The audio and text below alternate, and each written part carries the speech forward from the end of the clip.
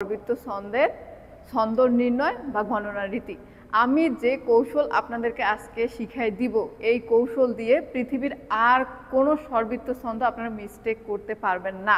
কোথাও থেকে আসুক না কেন, স্বরবৃত্ত ছন্দ আপনারা নির্ণয় করতে পারবেন এবং মাত্রা গণনা করতে পারবেন। জাস্ট আমার সাথে থাকেন এবং দেখেন। অবশ্য ছন্দ বিশ্লেষণ বা ছন্দ নির্ণয় নিয়ে মাথা ব্যথা হয়ে গেছে, আর কোনো মাথা ব্যথার দরকার নাই। আমরা তো আসি, আমার সাথে থাকুন এবং আমরা আজকে ছন্দ বিশ্লেষণ করব এবং নির্ণয় করব খুব সহজ উপায়ে এবং সহজ কৌশলে। ঠিক আছে? তো আমরা ছন্দ বিশ্লেষণে হচ্ছে আমাদের যে উপাদানগুলো দরকার এবং প্রধান উপাদান যেগুলো দরকার সেগুলো আমি একপাশে লিখছি এবং এর পরবর্তীতে যেগুলো আমাদের দরকার আমরা সেগুলো আর এক পাশে লিখছি। ঠিক আছে? তো এখানে যেটা দরকার উপাদান হিসেবে আমি বলতেছি, মৌলিক উপাদান বলা যায় আর কি। তো প্রথমে দরকার হচ্ছে পর্ব। একটি ছন্দ বিশ্লেষণ করতে গেলে পর্ব নির্ণয়টাই খুবই দরকার। এটা জাস্ট ভাতের মতো প্রয়োজন। ঠিক আছে? আমাদের যেরকম ভাত প্রয়োজন, তো এখানেও ছন্দ বিশ্লেষণ বা নির্ণয়ের জন্য পর্ব ভাতের মতো উপযোগী আর কি। ঠিক আছে? তো ছন্দ বিশ্লেষণ বা পর্ব, এখানে হচ্ছে আমরা পর্ব কাকে বলে? পর্ব মূলত হচ্ছে কয়েকটি মাত্রা নিয়ে একটি পর্ব হয়। তো পর্ব এখানে পর্ব বা ভাগ। তো ছন্দ বিশ্লেষণের প্রথম দরকার হচ্ছে পর্ব বা ভাগ নির্ণয় করা। ঠিক আছে? এরপর দরকার হচ্ছে চরণ। এখন চরণ কাকে বলে? চরণ মূলত হচ্ছে কয়েকটি পর্ব নিয়ে একটি চরণ তৈরি হয়। ঠিক আছে? এরপর আমাদের দরকার হচ্ছে স্তবক। স্তবক কাকে বলে? স্তবক হচ্ছে কয়েকটি চরণ নিয়ে যখন একটি সম্পূর্ণ অর্থ প্রকাশ করতেছে তখন তাকে স্তবক বলতেছে। তো স্তবকের পরে আমাদের এই তিনটা আগে দরকার, তারপর আমাদের দরকার হচ্ছে মুক্তাক্ষর। এখন মুক্তাক্ষর আসলে কাকে বলতেছে? মুক্তাক্ষর বলতেছে যে অক্ষর নিজে থেকে উচ্চারিত হয়, কারো সাহায্যের প্রয়োজন হয় না, তাকেই মুক্ত অক্ষর বলতেছে, মুক্তাক্ষর বলে। ঠিক আছে? তো এখানে মূলত হচ্ছে আমরা যদি যেমনে যাই বা উদাহরণে যাই, তাহলে হচ্ছে ক বা স্বরে অ, আ, এগুলো হচ্ছে মুক্ত অক্ষর। ঠিক আছে? এরপর আমাদের দরকার হচ্ছে বদ্ধাক্ষর। এখন বদ্ধাক্ষর হচ্ছে কাকে বলে? বদ্ধাক্ষর মূলত হচ্ছে যখন কোনো অক্ষর নিজে থেকে উচ্চারিত হতে পারে না, অন্য একজনের সাহায্য নিয়ে, অন্য আরেকটি অক্ষরের সাহায্য নিয়ে উচ্চারিত হয়, তখন তাকে বদ্ধাক্ষর বলে। তো এই চিহ্নগুলো আমরা কিভাবে ব্যবহার করব? এখানে হচ্ছে মুক্তাক্ষরে আমরা এই চিহ্নটা হচ্ছে মাত্রা হিসেবে ব্যবহার করব। তো এখানে মাত্রা হিসেবে আমরা এই চিহ্নটা ব্যবহার করার পর অনেক জায়গায় মুক্তাক্ষর এক মাত্রা হয়, আবার দুই মাত্রা হয়, কিন্তু সবথেকে বেশি হচ্ছে মুক্তাক্ষর এক মাত্রাই হয়।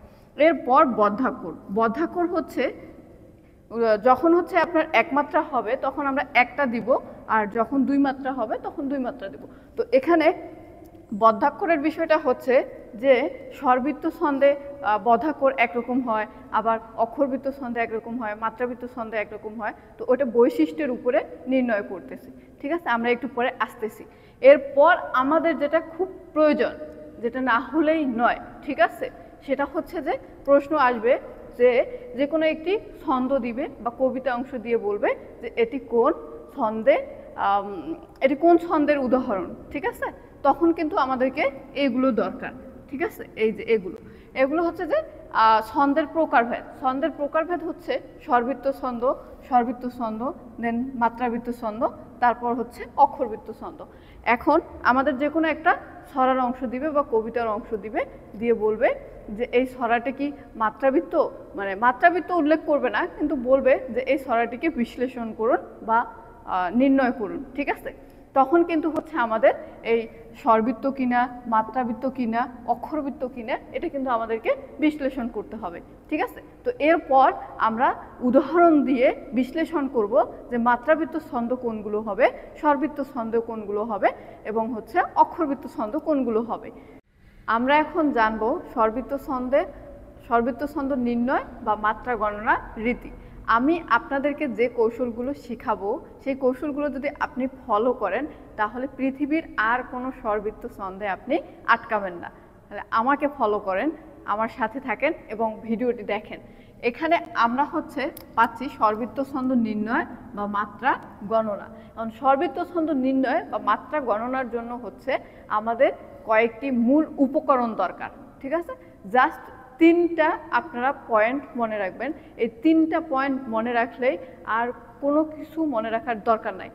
পানির মতো সহজেই আপনারা গণনা করতে পারবেন, মাত্রাগুলো গণনা করতে পারবেন এবং কোন ছন্দ সেটা নির্ণয় করতে পারবেন। ঠিক আছে, 1 নাম্বার পয়েন্ট হচ্ছে, আমরা 1 নাম্বার পয়েন্টে পাচ্ছি হচ্ছে মূল পর্ব হবে 4 মাত্রা। মূল পর্ব যেগুলো আছে সেই মূল পর্বগুলো হচ্ছে 4 মাত্রার হবে। এখন 2 নাম্বার পয়েন্টে আমরা পাচ্ছি যে প্রতি পর্বে প্রথম অক্ষরে শ্বাসাঘাত জোরে পড়ে।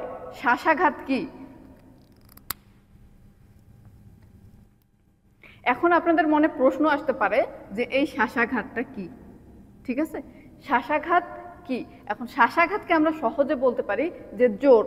ঠিক আছে, কোনো শব্দ বা বাক্যকে আপনারা যখন পড়বেন সেই বাক্যের প্রথম যে শব্দটা থাকবে, প্রথম অক্ষরটা থাকবে, সেখানে যে জোর একটা বের হয়, মানে একটু শক্তি দিয়ে কথাটা বের হয়, ওটাই মূলত হচ্ছে শ্বাসাঘাত। ঠিক আছে, তাহলে এখন ক্লিয়ার যে শ্বাসাঘাত কি, বা হচ্ছে প্রথম বাক্যটা আমরা পাচ্ছি প্রথম অক্ষরটা যে প্রতি পর্বে প্রথম অক্ষর, যেটা প্রথম অক্ষরটাকে আমরা হচ্ছে একটু জোরে বলবো বা জোরে পাবো, এটা স্বাভাবিকভাবে। ঠিক আছে, এরপর আমরা পাচ্ছি হচ্ছে 3 নাম্বার পয়েন্ট হচ্ছে স্বরার ছন্দ হয় এবং লয় দ্রুত হয়। 1 মিনিট, এখানে হচ্ছে যে স্বরবৃত্ত ছন্দ হচ্ছে নির্ণয়ের সব থেকে যেটা আপনার গুরুত্বপূর্ণ মাথায় রাখতে হবে সেটি হচ্ছে স্বরবৃত্ত ছন্দগুলো সবসময় হয় হচ্ছে ছড়ার মতো, ছড়ার আঙ্গিকে হয়। ঠিক আছে, আর ছড়া কিন্তু পড়ার জন্য হচ্ছে লয়টা হয় দ্রুত, আমাদের উচ্চারণ করতে হয় দ্রুত। ঠিক আছে, তাহলে আমরা কি কি পাচ্ছি এখানে? আমরা প্রথমে পাচ্ছি মূল পর্ব হবে হচ্ছে 4 মাত্রার। এরপর আমরা পাচ্ছি যে প্রথম যে অক্ষর সেটি হচ্ছে একটু জোরে হয় বা শ্বাসাঘাত হয়। ঠিক আছে, এরপর আমরা পাচ্ছি যে স্বরবৃত্ত ছন্দ হচ্ছে ছড়ার ছন্দ হয়। ছড়ার আঙ্গিকে যে হচ্ছে কবিতা অংশগুলো থাকে এগুলো মূলত হচ্ছে স্বরবৃত্ত এবং লয় হচ্ছে দ্রুত। ঠিক আছে, এরপর হচ্ছে যেটা আপনাদের মনে রাখতে হবে সেটি হচ্ছে যে বদ্ধাক্ষর যেটা আছে, এই বদ্ধাক্ষর আমরা কিন্তু এর আগে জানলাম মুক্তাক্ষর, বদ্ধাক্ষর। ঠিক আছে, এখানে যে বদ্ধাক্ষর আছে এই বদ্ধাক্ষরটা হচ্ছে সর্বদা আমরা পাবো 1 মাত্রার। ঠিক আছে, আমরা সর্বদা কত মাত্রা পাচ্ছি? 1 মাত্রার পাচ্ছি। এখন এখানে 1 মাত্রা আমরা বদ্ধাক্ষর পাচ্ছি, আর স্বরবৃত্ত ছন্দ হচ্ছে মুক্তাক্ষর সবসময় 1 মাত্রার হয়। ঠিক আছে, তাহলে বদ্ধাক্ষর 1 মাত্রার হচ্ছে, মুক্তাক্ষর 1 মাত্রার হচ্ছে। এখানে আরেকটা বিষয় আমি বলে দেই, সেটি মূলত হচ্ছে যে আমরা এই পয়েন্টগুলো পড়তেছি, এই পয়েন্টগুলো হচ্ছে মূলত স্বরবৃত্ত ছন্দের বৈশিষ্ট্য। ঠিক আছে, বৈশিষ্ট্যকে আমরা গণনা রীতি হিসেবে নিচ্ছি বা হচ্ছে মাত্রা নির্ণয়ের জন্য ব্যবহার করতেছি।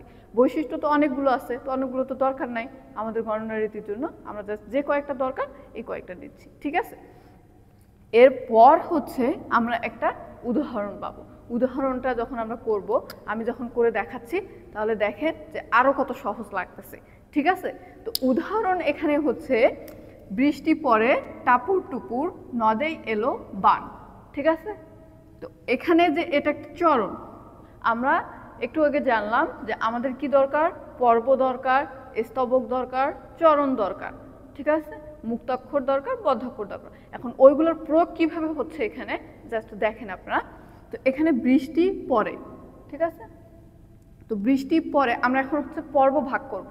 তো বৃষ্টি পড়ে এখানে এসে আমাদেরকে একটু থামতে হচ্ছে নর্মালি। তো এখানে আরেকটা টিপস আপনাদেরকে দেই, সেটা হচ্ছে যে যখন আমাদের নিঃশ্বাসটা পড়তেছে, মানে কমার যে জায়গাটা, বিরতি যেখানে নিচ্ছি সেটাই মূলত হচ্ছে পর্বের জায়গা। ঠিক আছে, তাহলে আমরা এখানে আছি বৃষ্টি পড়ে, এখানে এসে আমাদেরকে একটু থামতে হচ্ছে, এর জন্য আমরা এখানে হচ্ছে একটা পর্ব দিব। পর্ব দেওয়ার জন্য এভাবে একটা দাড়ি দিতে হয়। ঠিক আছে, লম্বা করে। এরপর হচ্ছে টাপুর টুপুর। এখন এই টাপুর টুপুরের পরে এসে আমাদের কিন্তু আবার থামতে হচ্ছে, এজন্য আমরা এখানে একটি পর্ব দিব। ঠিক আছে, এরপর আমরা হচ্ছে পাচ্ছি নদে এলো বান। এখন নদে এলো যেটা আছে, এই নদে এলোতে হচ্ছে আমরা আর একটা পর্ব পাচ্ছি এবং বান হচ্ছে আলাদা একটা পর্ব পাচ্ছি।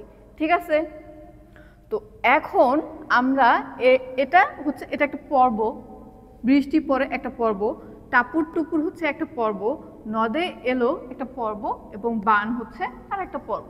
ঠিক আছে, তো মূল পর্ব এখানে হচ্ছে একটা, দুইটা, তিনটা, আর এটা হচ্ছে নর্মাল পর্ব। ঠিক আছে, তো এখানে বলছে মূল পর্ব হবে 4 মাত্রার। এখন আমরা মাত্রাগুলো নির্ণয় করব। মাত্রা নির্ণয়ের মাত্রা নির্ণয়ের ক্ষেত্রে হচ্ছে আমাদের যেটা এখন ফলো করতে হবে সেটা হচ্ছে যে এই অক্ষরগুলো, ঠিক আছে, এই যে বৃষ্টি এটা একটা অক্ষর, এই অক্ষরটা কি অক্ষর, মুক্তাক্ষর না বদ্ধাক্ষর? এটা যদি মুক্তাক্ষর হয় তাহলে আমরা এক মাত্রা দিব, আর বদ্ধাক্ষর হলেও আমরা এক মাত্রা দিব, কারণ এখানে স্বরবৃত্ত ছন্দের বৈশিষ্ট্য দেওয়া আছে যে বদ্ধাক্ষর সর্বদা এক মাত্রার হয়, ঠিক আছে। তাহলে আমরা এখানে পাচ্ছি যে বৃষ্টি পরে, এখানে আমরা বৃষ্টি হচ্ছে পাচ্ছি, যেহেতু সে নিজে নিজে উচ্চারণ হচ্ছে তার মানে এটা হচ্ছে মুক্তাক্ষর, ঠিক আছে। এই যে মুক্তাক্ষরের জন্য আমরা এখানে এক মাত্রা দিব, ঠিক আছে। বৃষ্টি এখানে ছয়টাও আছে, এই ছয়টাও তো নিজে উচ্চারিত হচ্ছে, এজন্য আমরা এখানে কি, এটা যেহেতু মুক্তাক্ষর হচ্ছে আমরা এজন্য এখানে একটা মাত্রা দিব, ঠিক আছে। এখন এখানে প রে, এখন প রে, প কিন্তু নিজে উচ্চারণ হচ্ছে, রেও কিন্তু নিজে উচ্চারণ হচ্ছে, তাহলে আমরা কি পাচ্ছি, নিজে যেগুলো উচ্চারণ হয় সেগুলো কি, সেগুলো হচ্ছে মুক্তাক্ষর, ঠিক আছে। আমরা এখানে হচ্ছে এই যে এক মাত্রা দিচ্ছি, ওকে। তো এখানে আমরা একটা পর্ব পাইলাম, এর পরের পর্বে আমরা যাব। এখানে হচ্ছে টাপুর অ্যান্ড টুপুর, ঠিক আছে। তো টাপুর টুপুরে আমরা এখন হচ্ছে মাত্রা নির্ণয় করি। তো টাপুরে হচ্ছে কিভাবে করে, টাপুর, টাপুর, আমরা যখন উচ্চারণ করতেছি শব্দটাকে তাহলে আমরা কি পাচ্ছি, টাপুর, তাহলে এই টাটা পাচ্ছি, টাটা হচ্ছে কি মুক্তাক্ষর, কারণ টাকে হচ্ছে উচ্চারণ করার জন্য আর কোনো শব্দের সহায়তা লাগতেছে না। টা পুর, পুরকে এসে কিন্তু কি হচ্ছে, পুর কিন্তু রয়ের সহযোগিতা নিয়েই হচ্ছে পুর হচ্ছে, তাহলে আমরা এখানে কি পাচ্ছি, পুর পাচ্ছি বদ্ধাক্ষর। বদ্ধাক্ষর যেহেতু এখানে বলা হয়েছে একমাত্রা সর্বদা একমাত্রা হয়, এজন্য আমরা বদ্ধাক্ষরটাকে একমাত্রা দিলাম, ঠিক আছে। এরপর আমরা টুপুর পাবো, তো টু নিজে উচ্চারিত হচ্ছে তার মানে কি মুক্তাক্ষর, আমরা এখানে একমাত্রা দিব। এরপর হচ্ছে পুর, পুর হচ্ছে আবার পুর পাইলাম, তো পুর আবার পাইলে কি হবে, পুর তো ওই রয়ের উচ্চারণ নিয়ে উচ্চারিত হচ্ছে, তো এজন্য আমরা এটাকে কি বলবো, এটা হচ্ছে কি বদ্ধাক্ষর। বদ্ধাক্ষরে আমরা কয় মাত্রা দিব, স্বরবৃত্ত ছন্দে এক মাত্রা দিব, তাহলে আমরা এখানেও এক মাত্রা দিব, ঠিক আছে। এরপর আমরা পাচ্ছি নদে এলো, ঠিক আছে। তো এই নদে এলোটা হচ্ছে ন, ন নিজে থেকে উচ্চারিত হচ্ছে, তাহলে এটা কি মুক্তাক্ষর, আমরা এখানে এক মাত্রা দেব। দেই, দেই, দেই করতে গেলে কি হচ্ছে, দয়ের সাথে অন্তস্থি অযুক্ত হচ্ছে, হয়ে একসাথে উচ্চারণ হচ্ছে দেই, তাহলে আমরা এখানে কি করব, এক মাত্রা দেব, ওকে, এক মাত্রা দিলাম। তারপর এলো, এ ল, এলো, তাহলে কি হচ্ছে, এ নিজে উচ্চারিত হচ্ছে, লও নিজে উচ্চারিত হচ্ছে, ঠিক আছে, এ ল, তাহলে এখানে আমরা মুক্তাক্ষর এক মাত্রা, ঠিক আছে। এখানে এটা হলো। এরপর হচ্ছে বান, এখন বান, বানটা কি হচ্ছে, ন বা, বায়ের সাথে ন একসাথে যুক্ত হয়ে কি হচ্ছে বান, আমরা এখানে কি করতেছি, আলাদা করতে পারতেছি না, আলাদা কোনো উচ্চারিত হচ্ছে না, বান, এজন্য এখানে আমরা কি করব, এটা মূলত বদ্ধাক্ষর, তাই আমরা এখানে এক মাত্রা দিব, ঠিক আছে, বান। এখন আমরা এখানে দেখি যে এটা মূলত হচ্ছে, আমরা এখানে দেখি এটি মূলত স্বরবৃত্ত ছন্দের চরণ হয় কিনা বা পর্ব হয় কিনা, ঠিক আছে। আমাদের এখানে গণনা রীতিতে বলা হয়েছে যে পয়েন্ট দেওয়া হয়েছে, সেই পয়েন্টে বলা হয়েছে যে মূল পর্ব হবে 4 মাত্রার, মূল পর্ব হবে 4 মাত্রার। এখন আমরা যে এখানে মূল পর্বগুলো পাইছি, একটা মূল পর্ব, 1 2 3টা, আমরা 3টা এখানে মূল পর্ব পাইছি। এই 3টে মূল পর্বের মধ্যে আমরা কয়টা মাত্রা পাইলাম, এখানে আমরা পাইছি হচ্ছে একটা মাত্রা, 1 2 3 4, তাহলে আমরা একটা পর্বে 4টা মাত্রা পাইছি। তারপরের পর্বে আমরা কয়টা মাত্রা পাইলাম, 1 2 3 4, তারপরের পর্বে আমরা 4টা মাত্রা পাইছি, এরপরে 1 2 3 4, 4টা মাত্রা, ঠিক আছে। তাহলে মূল পর্ব এখানে আছে 1 2 3টা, এই 3টা মূল পর্বের মধ্যে আমরা মাত্রা কয়টা পাইছি, 4টা করে মাত্রা পাইছি। এখানে একটা পর্ব আছে, এটা মূল পর্ব না, এজন্য এখানে এক মাত্রা, ঠিক আছে। তাহলে আমরা এখানে কি পাইলাম, প্রথম পর্বে আমরা পাইছি 4 4 যোগ, তারপরের পর্বে আমরা পাইছি 4 তার পরের পর্বে আমরা পাইছি 4, শেষে এসে আমরা পাইছি 1। এটা কিন্তু হচ্ছে পরীক্ষায় এভাবে লিখতে হবে, ঠিক আছে। এর পরের যেটা আছে, শিব ঠাকুরের বিয়ে হলো 3 কন্যে দান। এটাকে এখন আমরা কিভাবে নির্ণয় করব? ওই একই নিয়মে আমরা হচ্ছে এটাকেও নির্ণয় করব। এটা আপনারা নির্ণয় করে আমাদের কমেন্ট বক্সে দিবেন, ঠিক আছে। আমাদের যে কমেন্ট বক্স আছে সেখানে আপনারা এটাকে নির্ণয় করে কমেন্ট করে দিবেন।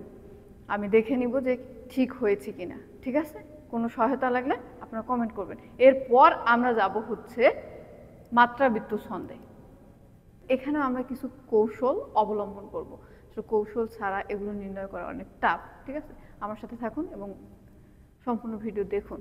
তো হচ্ছে মাত্রাবৃত্ত ছন্দ নির্ণয় বা গণনা রীতি।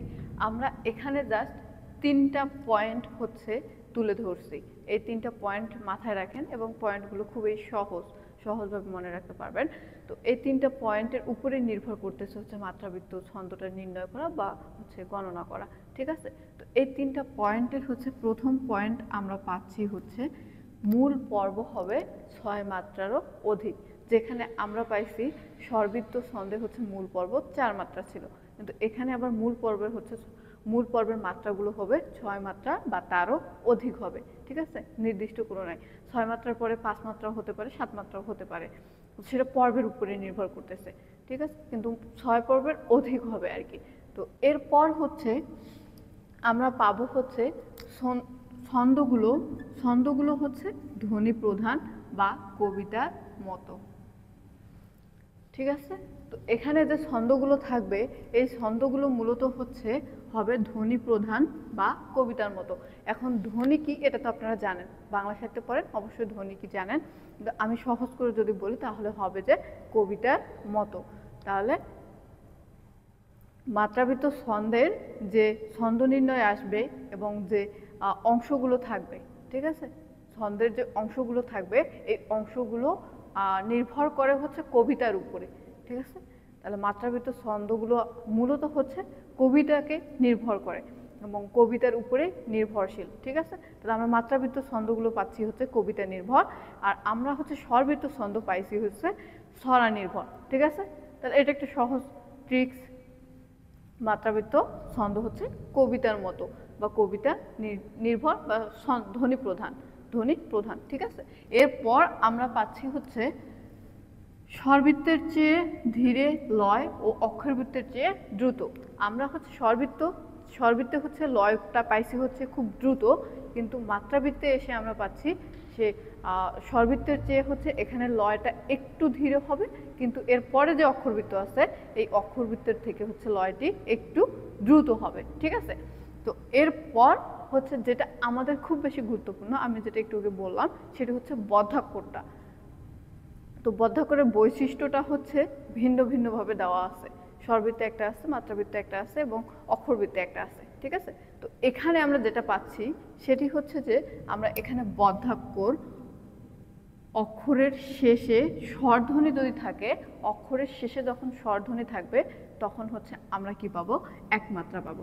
এবং অক্ষরের শেষে হচ্ছে ব্যঞ্জন ধ্বনি যদি হয় তাহলে আমরা পাবো হচ্ছে 2 মাত্রা, ঠিক আছে।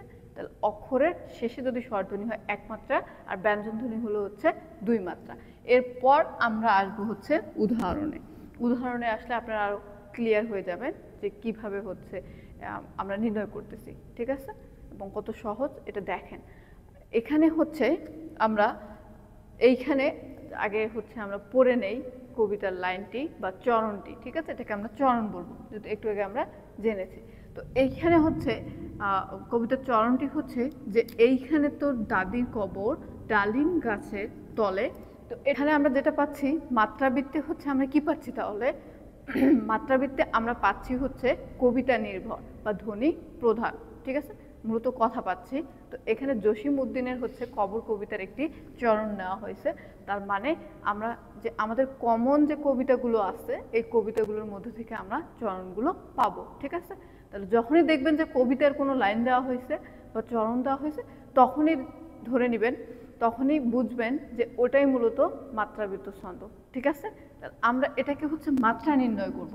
মাত্রা নির্ণয় করার জন্য আমাদের প্রথমে দরকার হচ্ছে পর্ব ভাগ করা, ঠিক আছে। তাহলে আমরা এখানে হচ্ছে পর্ব ভাগ করব এবং পর্ব ভাগ কিভাবে করব সেটা তো আমি বলছি একটু আগে। তো এখানে ওই একই পদ্ধতিতে আমরা এখানে পর্ব ভাগ করব।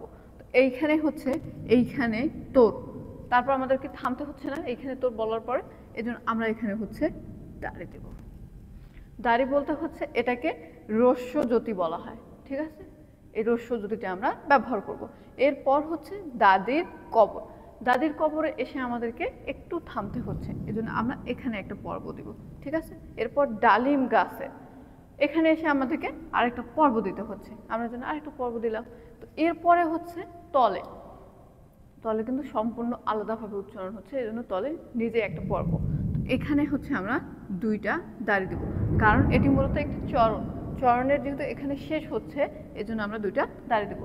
এখন হচ্ছে আমরা মাত্রা নির্ণয় করব, ঠিক আছে? মাত্রাগুলো আমরা কিভাবে নির্ণয় করব? মাত্রাগুলো নির্ণয় করার হচ্ছে উপায় হচ্ছে আমাদেরকে এটা পড়তে হবে, এটা আসলে অক্ষরগুলো বদ্ধাক্ষর কিনা মুক্তাক্ষর কিনা, ঠিক আছে? এটার উপরে নির্ভর করতেছে যে আসলে এখানে আমরা কয়টি মাত্রা পাচ্ছি, ঠিক আছে? এখানে এইখানে আমরা যদি বলতে যাই তাহলে হচ্ছে এখানে এই এই এখানে দুইটা অক্ষর আছে, এই দুইটা অক্ষর হচ্ছে মুক্তাক্ষর, এজন্য আমরা এখানে দুইটা মাত্রা দিচ্ছি। তো এখানে এইখানে খানেও হচ্ছে কি মুক্তাক্ষর, এখানেও আমরা দুইটা মাত্রা দিছি, ঠিক আছে? তো তোর, এখানে তো নিজে উচ্চারণ হচ্ছে, রও নিজে উচ্চারণ হচ্ছে, এজন্য আমরা এখানে দুইটা মাত্রা দিছি, ঠিক আছে? মুক্তাক্ষরে এক মাত্রা হয়, এজন্য মুক্তাক্ষর এগুলো আমরা এক মাত্রা দিছি। এখানে মূলত দাদির কবর, ঠিক আছে? তো দাদির কবরের মাত্রা যদি আমরা নির্ণয় করি তাহলে এখানে হচ্ছে দা, দা নিজে উচ্চারণ হচ্ছে এজন্য এক মাত্রা, তারপর দি, ঠিক আছে? দি এজন্য এক মাত্রা, তারপর হচ্ছে র, দা দির, ঠিক আছে? এজন্য এখানে আমরা মুক্তাক্ষর দেখে আমরা এগুলোকে এক মাত্রা দিছি, ঠিক আছে? এরপর হচ্ছে কবর, কবরেও এই যে ক, ক নিজে উচ্চারণ হচ্ছে, ব নিজে উচ্চারণ হচ্ছে, রও নিজে উচ্চারণ হচ্ছে, এজন্য কবর, এখানে আমরা তিনটা মাত্রা দিছি। এরপর ডালিম গাছের, তো ডালিম গাছের হচ্ছে কি ডা, ডাও হচ্ছে কি মুক্তাক্ষর, এজন্য এক মাত্রা লিম, লি ম, লিম, ঠিক আছে? তাহলে আমরা এখানে কয় মাত্রা দিব? লিও নিজে উচ্চারণ হচ্ছে, মও নিজের উচ্চারণ হচ্ছে, এজন্য আমরা এক মাত্রা দিব। গা সের, তো এখানেও আমরা গা নিজে উচ্চারণ হচ্ছে, সে নিজে উচ্চারণ হচ্ছে, র নিজে উচ্চারণ হচ্ছে, গা সের। এরপর এখানে আমরা পাচ্ছি তলে, তলের আমরা হচ্ছে মাত্রা নির্ণয় করব। ত লে, বুঝতেই তো পারতেছেন যে তও নিজের উচ্চারণ নিজেই উচ্চারিত হচ্ছে এবং লয় লে নিজে উচ্চারিত হচ্ছে, এজন্য আমরা এখানে তলে দিব এক মাত্রা, লেও এক মাত্রা, ঠিক আছে? এখন আমরা হচ্ছে মাত্রাগুলোকে হিসেব করব, হিসেব করে আমরা দেখব যে আসলে এটা স্বরবৃত্ত ছন্দের মধ্যে পড়ে কি না, ঠিক আছে? তাহলে এখানে দেখেন আমরা 1 2 3 4 5 6, আমরা এখানে একটা মূল পর্ব, ঠিক আছে? এই মূল পর্বে আমরা কয়টা মাত্রা পেলাম? 6টা মাত্রা পেলাম, 6, ঠিক আছে? এর পরের যে পর্বটা আমরা সেই পর্বটা দেখি, 1 2 3 4 5 6, আমরা এখানেও 6টা পাইছি। এর পরে যে পর্ব 1 2 3 4 5 6, এখানেও আমরা 6টা পাইলাম। এরপরে হচ্ছে আরেকটা পর্ব তলে, এখানে 1 2, এখানে আমরা 2টা মাত্রা পাইছি, ঠিক আছে? তাহলে আমরা এখানে কি পেলাম? আমরা এখানে পাচ্ছি যে মূল পর্ব যেগুলো আছে সেগুলো কি হয়, 6-এর অধিক হয় এবং 6 হয়, ঠিক আছে? তো আমরা এখানে 6 কয়টি পাইছি? 1টি 2টি 3টি, তা 3টে পর্বের মধ্যে আমরা 6 পাইছি, তার মানে যেগুলোতে 6 পর্ব হবে সেগুলোই হচ্ছে কি মাত্রাবৃত্ত ছন্দ, ঠিক আছে? এরপর আমরা জানবো হচ্ছে অক্ষরবৃত্ত ছন্দ, সাথে থাকুন। অক্ষরবৃত্ত ছন্দ নির্ণয়ের ক্ষেত্রে বা হচ্ছে মাত্রা গণনার ক্ষেত্রে হচ্ছে কি কি প্রয়োজন, তো আমাদের এই 3টি পয়েন্ট হচ্ছে খুব বেশি গুরুত্বপূর্ণ। এই যে এখানে যে 3টি পয়েন্ট দেওয়া আছে, এই 3টি পয়েন্ট যদি জানা থাকে তাহলে অক্ষরবৃত্ত ছন্দ নির্ণয়ের ক্ষেত্রে কখনো কোনো সমস্যা হবে না। প্রথমে আমাদের যেটা করতে হবে সেটি হচ্ছে যে আমাদেরকে হচ্ছে প্রথমে কবিতার যে অংশ থাকবে সেই অংশটা পড়তে হবে এবং দেখতে হবে যে সেটি মূলত স্বরবৃত্ত ছন্দে পড়তেছে না মাত্রাবৃত্ত ছন্দে পড়তেছে না অক্ষরবৃত্ত ছন্দে পড়তেছে। কারণ আমি তো বলছি যে কবিতার লাইনটা যদি আপনাদের মনে হয় যে স্বরার ছন্দ যদি হয় তাহলে সেটা অবশ্যই স্বরবৃত্ত হবে, আর হচ্ছে মাত্রাবৃত্ত হচ্ছে কবিতা প্রধান। কবিতার মতো ধ্বনি প্রধান আর কি। এরপর হচ্ছে আমরা পাচ্ছি হচ্ছে অক্ষরবৃত্ত। অক্ষরবৃত্ত মূলত হচ্ছে সুর প্রধান।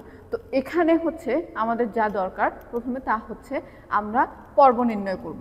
পর্ব নির্ণয় করার পর হচ্ছে আমরা অক্ষরগুলোকে দেখব যে অক্ষরগুলো কি মুক্তাক্ষর না বদ্ধাক্ষর। তারপর হচ্ছে আমরা মাত্রা সেই চিহ্নগুলো দিয়ে আমরা মাত্রা নির্ণয় করব, ঠিক আছে।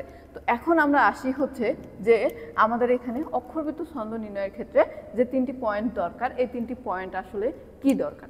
প্রথমে যেটা খুব বেশি দরকার সেটা মূলত হচ্ছে যে এখানে মাত্রাবৃত্তের যে কবিতার অংশগুলো আছে এই অংশগুলো মূলত কি এবং কিসের উপর নির্ভর করতেছে।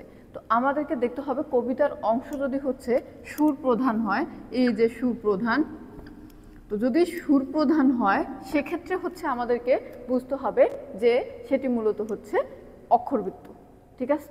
সুর প্রধান হলেই আমরা ধরে নিব অক্ষরবৃত্ত।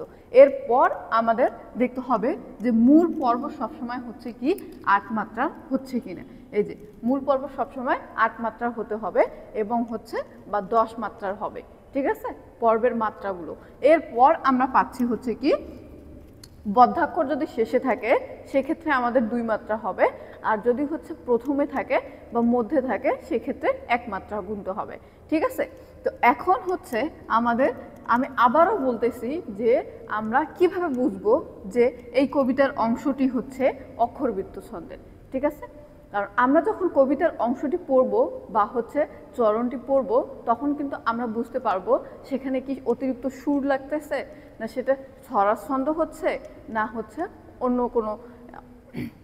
অন্য কোনো ছন্দের মধ্যে পড়তেছে, ঠিক আছে। তো এখন আমরা হচ্ছে অক্ষরবৃত্ত ছন্দের হচ্ছে মাত্রা নির্ণয় করব। তো এখানে আমি একটি উদাহরণ হিসেবে দিছি, সেটি হচ্ছে কি কবিতা অংশ একটি দিছি, একটি চরণ দিছি। তো এখানে হচ্ছে হে কবি নীরব কেন ফাগুন যে এসেছে ধারায়, ঠিক আছে। তো এখানে আমরা পড়লাম, পড়ার পর আমরা এখানে কি পাচ্ছি যে এখানে আরেকটা জিনিস বলি যে আমি একটু আগে বলছি যে অক্ষরবৃত্তের হচ্ছে সুর প্রধান হয়। তো আমরা যখন হে কবি বলতেছি তখন কিন্তু আমাদের একটু সুর আসতেছে। তারপর হচ্ছে আমরা যখন পাঠ করতেছি হে কবি নীরব কেন ফাগুন যে এসেছে ধারায়, তো এটা পাঠ করার জন্য আমাদের একটি অতিরিক্ত সুর লাগতেছে, সুরের প্রয়োজন হচ্ছে এখানে। এই জন্য আমি উল্লেখ করে দিছি যে সুর প্রধান এবং শব্দে অতিরিক্ত টান বা টান থাকে। তো প্রতিটি শব্দে আমরা একটি অতিরিক্ত করে টান দিচ্ছি। যেমন হে কবি টান হচ্ছে না, এরপর হচ্ছে নীরব কেন টান তো হচ্ছে, তারপর হচ্ছে ফাগুন যে এসেছে ধারায়, এতে অতিরিক্ত একটু করে টান থাকতেছে, এর জন্যই এটা অক্ষরবৃত্ত ছন্দ, ঠিক আছে। তো আমরা এখন যেটা করব তা হচ্ছে আমরা মাত্রা নির্ণয় করব। প্রথমে মাত্রা নির্ণয় করার জন্য প্রথমে আমাদেরকে পর্ব নির্ণয় করতে হবে। আমরা এখানে হে কবি নীরব কেন, এখানে আমরা একটা পর্ব পাচ্ছি, এজন্য আমরা এখানে একটা দাঁড়িয়ে দেব। এরপর হচ্ছে ফাগুন যে এসেছে ধারায়, এটা একটা চরণ হচ্ছে, এজন্য আমরা 2টা দিব, দীর্ঘ জ্যোতি চিহ্ন দিব এবং এটি একটা হওয়ার কারণে এখানে হ্রস্ব জ্যোতি দিব, ঠিক আছে। এখন অনেকেই বলতে পারেন যে এখানে তো আমি কমা ইউজ করছি, তাহলে এখানে আমি কেন একটি পর্ব নিচ্ছি না। কারণ এখানে পর্ব না নেওয়ার কারণ হচ্ছে এখানে উল্লেখ করা আছে যে অক্ষরবৃত্ত ছন্দের পর্ব 8 মাত্রার বা 10 মাত্রার হয়, কিন্তু আমরা যখন এখানে একটি পর্ব নিব তখন কিন্তু অক্ষরবৃত্ত ছন্দের হচ্ছে পর্বটা 8 মাত্রা হচ্ছে না, ঠিক আছে। তো এখানে এটা ছন্দটি যেহেতু অক্ষরবৃত্তের হচ্ছে এর জন্য আমরা পর্ব 10 মাত্রার বা 8 মাত্রার যে নিয়ম আছে সেটাকে মানতে হবে আমাদের, ঠিক আছে। তো আমরা এখন মাত্রা নির্ণয় করব। তো এখানে হে আছে, হে কবি, তো এখানে অক্ষরগুলোকে আমাদেরকে লক্ষ্য করতে হবে যে হেটা হচ্ছে কি মুক্তাক্ষর না বদ্ধাক্ষর। যদি মুক্তাক্ষর হয় তাহলে আমরা সেক্ষেত্রে 1 মাত্রা দিব, আর বদ্ধাক্ষর হলে আমরা 2 মাত্রা দিব। এখানে হচ্ছে হে হওয়ার কারণে আমরা এখানে এটাকে পাচ্ছি, এটা একটা মুক্তাক্ষর, তাই আমরা এখানে 1 মাত্রা দিলাম। কবি, ঠিক আছে, ক কিন্তু নিজে উচ্চারিত হচ্ছে, বিও কিন্তু নিজে উচ্চারিত হচ্ছে, এজন্য আমরা এখানে কি করব, এখানে আমরা কয়ের উপরে 1 মাত্রা দিব, বি এর উপরে 1 মাত্রা দিব। তারপর হচ্ছে নীরব কেন, আমরা এগুলোকে হচ্ছে নি পড়লে আমরা মুক্তাক্ষর পাচ্ছি, এখানে 1 মাত্রা, র র নিজে উচ্চারিত হচ্ছে, ব নিজে উচ্চারিত হচ্ছে, এজন্য এক মাত্রা। এখানে কেন, কে নিজে উচ্চারিত হচ্ছে, ন নয় নিজে উচ্চারিত হচ্ছে, এজন্য এগুলো মুক্তাক্ষর, তাই আমরা এক মাত্রা করে দেব। ঠিক আছে, এরপর ফাগুন যে এসেছে ধারায়, ফাগুন যে এসেছে ধারায় এই লাইনটি আমরা মানে এই পর্বটি এখন আমরা মাত্রা নির্ণয় করব। এখানে ফা, ফা হচ্ছে কি মুক্তাক্ষর, গু গু ন, গুণ, গু ন, ন নিজে উচ্চারণ হচ্ছে, এজন্য আমরা এখানে কি করব মুক্তাক্ষর, তাই আমরা এক মাত্রা দেব। ঠিক আছে, এরপর হচ্ছে যে, যে এক মাত্রা, এ সে সে। ঠিক আছে, এজন্য এগুলোতে এক মাত্রা। এরপর এখানে ধা রা আ, ধা রা উন্তস্তি অ, ধারা এক মাত্রা। এগুলো সব হচ্ছে কি মুক্তাক্ষর, আর মুক্তাক্ষর হওয়ার কারণে আমরা এগুলোতে এক মাত্রা দিছি। এখন আমরা মাত্রাটাকে গণনা করব যে এটি আসলেই হচ্ছে এর আমরা 8টি মাত্রা পাচ্ছি কি না। এখানে দেখেন 1 2 3 4 5 6 7 8, কারণ আমরা এখানে কয়টি পাইছি, 8টি মাত্রা পাইছি। তাহলে প্রথম পর্বে আমরা, এটা হচ্ছে মূল পর্ব, এই মূল পর্বে আমরা কয়টি মাত্রা পাইলাম, 8টি মাত্রা পাইলাম। 8, এরপর আমরা কয়টি মাত্রা পাচ্ছি পরের পর্বে, একটু হিসেব করি, 1 2 3 4 5 6 7 8 9 10, এখানে আমরা 10টি মাত্রা পাইছি। তাহলে আমরা কি পাইলাম, প্রথম পর্বে পাইলাম 8 মাত্রা এবং পরের পর্বে পাইলাম 10 মাত্রা। তাহলে আমাদের কি এখানকার যে বৈশিষ্ট্য আছে বা পয়েন্ট আছে সেটি কি মিলছে, যে মূল পর্ব হবে 8 মাত্রা এবং মাত্রা বা 10 মাত্রা। ঠিক আছে, তাহলে আমরা কি এখানে পাইলাম 8 মাত্রা এবং 10 মাত্রা। এভাবেই হচ্ছে আপনাদেরকে ছন্দের মাত্রা নির্ণয় করতে হবে এবং বিশ্লেষণ করতে হবে। আমি আবারও বলতেছি যে আপনাদের অবশ্যই প্রথমে মনে রাখতে হবে যে ছন্দ 3 প্রকার। একটি হচ্ছে স্বরবৃত্ত ছন্দ, মাত্রাবৃত্ত ছন্দ, অক্ষরবৃত্ত ছন্দ, এই 3টি ছন্দের বাইরে আর কোনো কিছু নাই। তো প্রথমে হচ্ছে স্বরবৃত্ত ছন্দ, হচ্ছে ছড়ার ছন্দগুলো স্বরবৃত্ত ছন্দ হয়। মুক্তাক্ষর 1 মাত্রা, বদ্ধাক্ষর 2 মাত্রা, কিংবা অনেক জায়গায় বদ্ধাক্ষর প্রথমে বা শেষে থাকলে এরকম নিয়ম আছে, সেগুলো মানতে হবে। এরপর আপনাকে জানতে হবে যে মাত্রাবৃত্ত ছন্দ, মাত্রাবৃত্ত ছন্দ মূলত যে কবিতা অংশ থাকবে সেটা মূলত যদি হয় হচ্ছে ধ্বনি প্রধান বা কবিতা হয়, তাহলে সেটা আপনাকে বুঝে নিতে হবে যে ওটি মাত্রাবৃত্ত। এরপর আস্তে আস্তে অক্ষরবৃত্ত, অক্ষরবৃত্ততে এসে সুর প্রয়োজন, যখন কোনো কবিতা পড়বে যদি সুরের প্রয়োজন হয়, সুরওয়ালা হয়, তাহলে আপনাকে বুঝে নিতে হবে অক্ষরবৃত্ত। এই 3টি যদি মাথায় রাখেন তাহলে হচ্ছে ছন্দ নির্ণয় করতে কোনো রকমই ভুল হবে না। ঠিক আছে, ছন্দ নির্ণয় খুবই সহজ। আপনাদের ক্লাসটি কেমন লেগেছে আপনারা কমেন্ট করে জানাবেন, এবং কোথাও যদি কোনো সমস্যা হয়ে থাকে তাহলে অবশ্যই আমাদেরকে জানাবেন। এবং আমাদের সাজেশন, আমরা আমাদের ক্লাসের সাথে সাজেশন দেই এবং এরকম ক্লাস দিয়ে থাকি, এবং এই ক্লাসগুলো আমরা অফলাইনে নেই। অফলাইনে বলতে লাইভ ক্লাস নেই, সেখানে আপনারা ডিসকাস করতে পারবেন আমাদের সাথে এবং আপনাদের সমস্ত কিছু জানাতে পারবেন। এছাড়াও আমাদের 4th ইয়ারের শর্ট সাজেশন পাওয়া যাচ্ছে, এবং প্রথম বর্ষ থেকে 4র্থ বর্ষ পর্যন্ত আমাদের বিশেষ কোর্সে ভর্তি চলছে। যদি আপনি ফেল করতে না চান এবং খুব অল্প করে সঠিক দিক নির্দেশনা চান এবং ভালো রেজাল্ট করতে চান, তাহলে এখনই আমাদের সাথে জয়েন হয়ে যান। আমরা ব্যতীত আপনারা এরকম সার্ভিস আর কোথাও পাবেন না।